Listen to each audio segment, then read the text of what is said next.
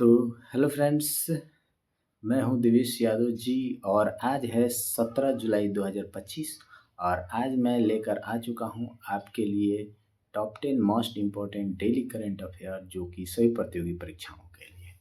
तो तो स्टार्ट करने से पहले आपसे एक छोटी सी रिक्वेस्ट है, यदि आप इस चैनल पर नए हैं तो कृपया करके चैनल को लाइक कीजिए, कमेंट कीजिए, शेयर कीजिए, सब्सक्राइब कीजिए और बेल आइकन को दबाइए ताकि अगला नोटिफिकेशन आपको मिले।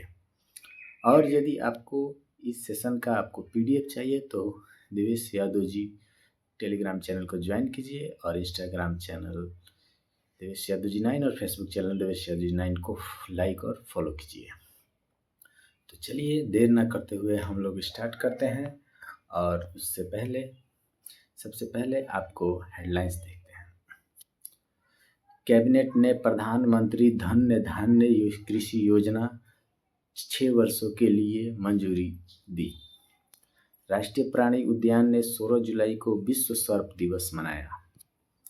भुवनेश्वर में 17-18 जुलाई को सुशासन प्रथा विषय पर एक राष्ट्रीय सम्मेलन का आयोजन किया जाएगा। नमस्ते दिवस 16 जुलाई को लखनऊ में मनाया गया।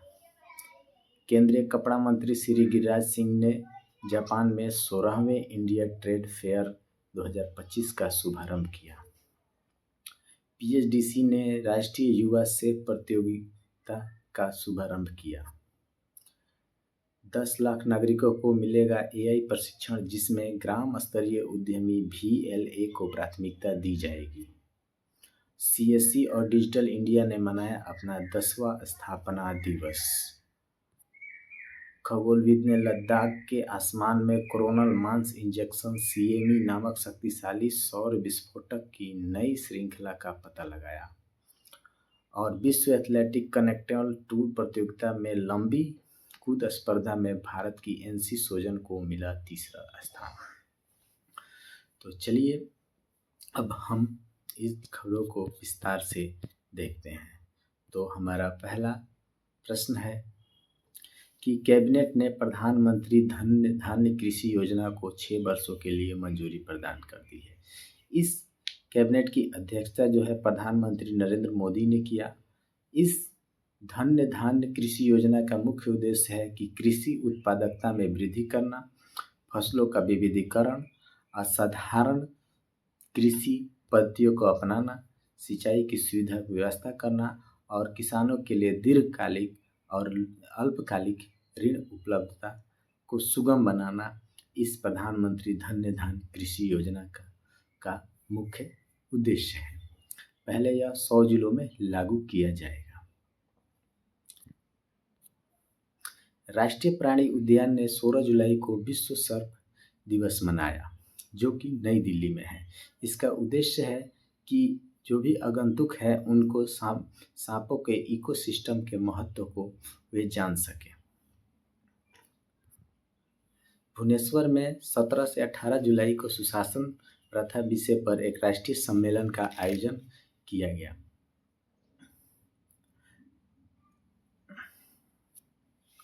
नमस्ते दिवस 16 जुलाई को लखनऊ में मनाया गया।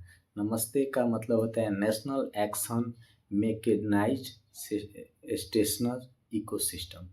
इस कार्यक्रम के उद्घाटन जो है केंद्रीय सामाजिक न्याय संघ अधिकारिता राज्य मंत्री BL वर्मा ने किया।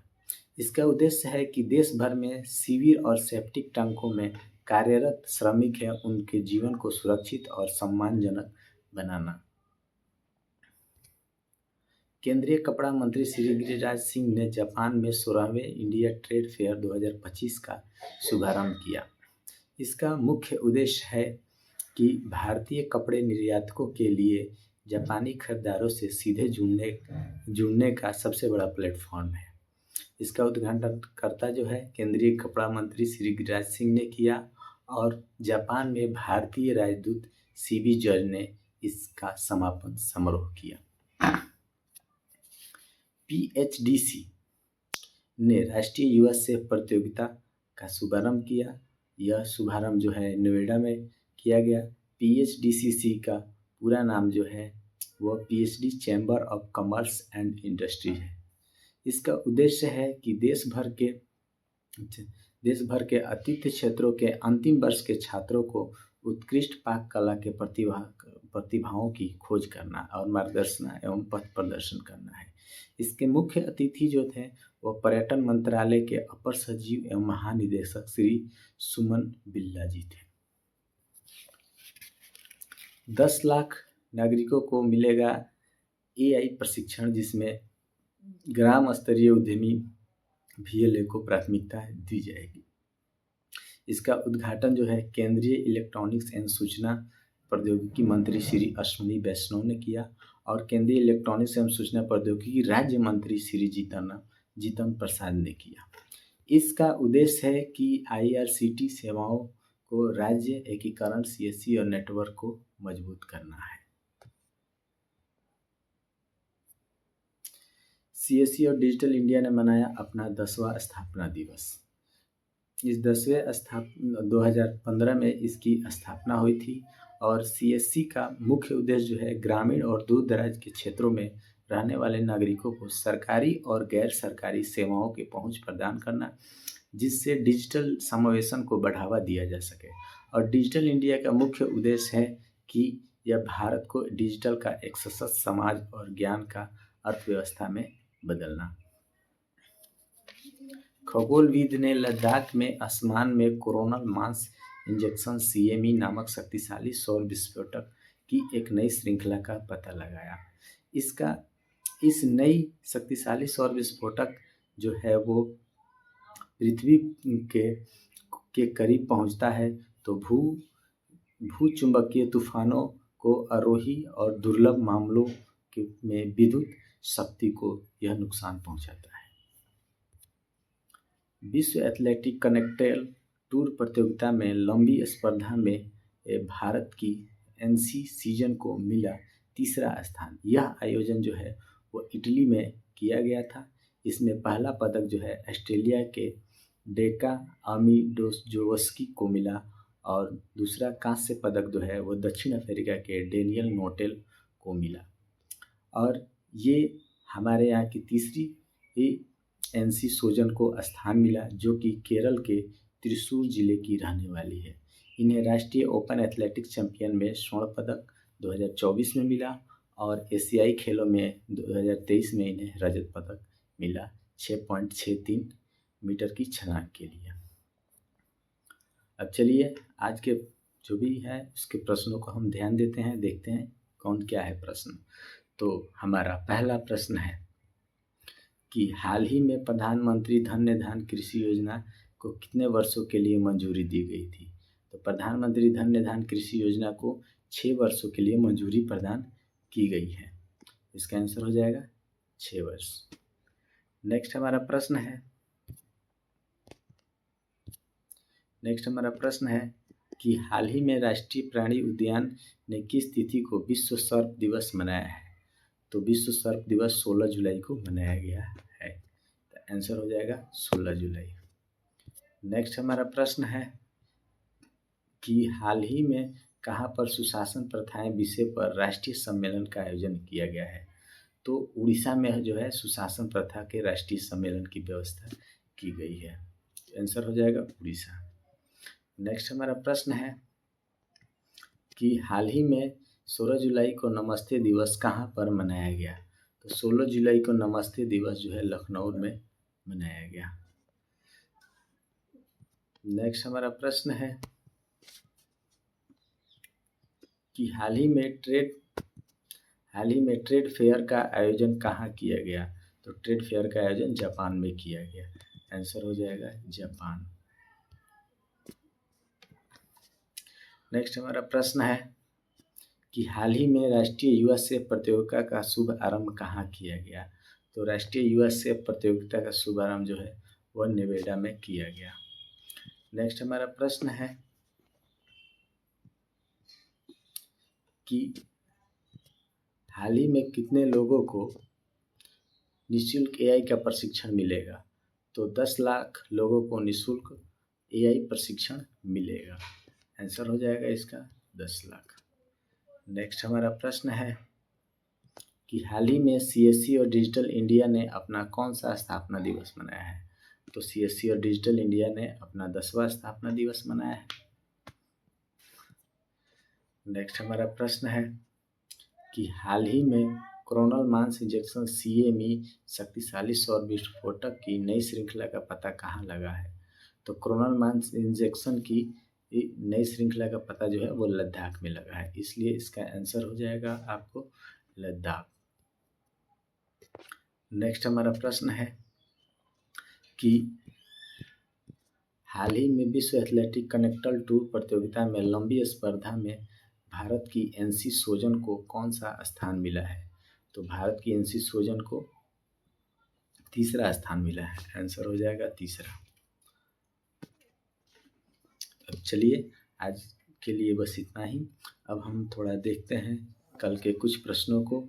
तो उसमें हमारा पहला प्रश्न था कि हाल ही में साहित्य पुरस्कार सरला सम्मान 2025 किसको प्रदान किया गया था।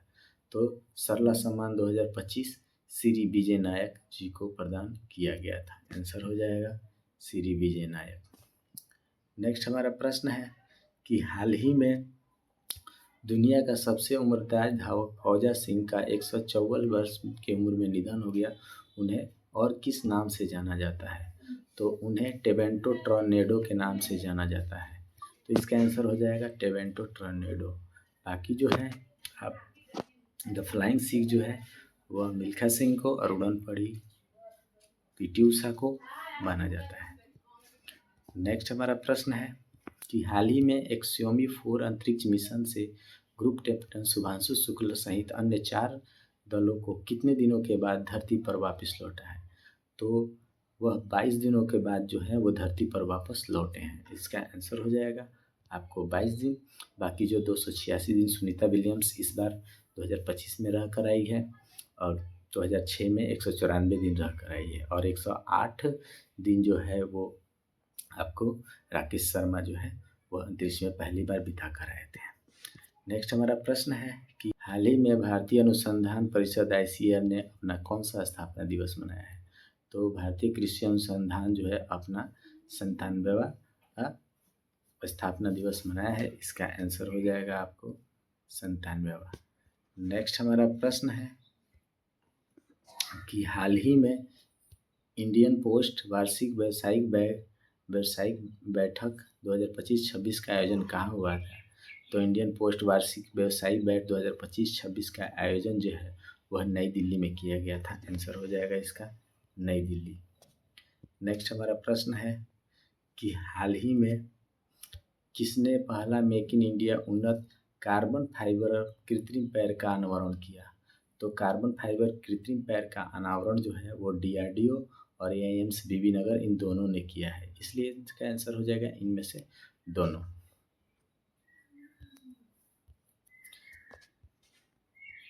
नेक्स्ट हमारा प्रश्न है कि हाल ही में आदित्य योजना का शुभारंभ किसने किया।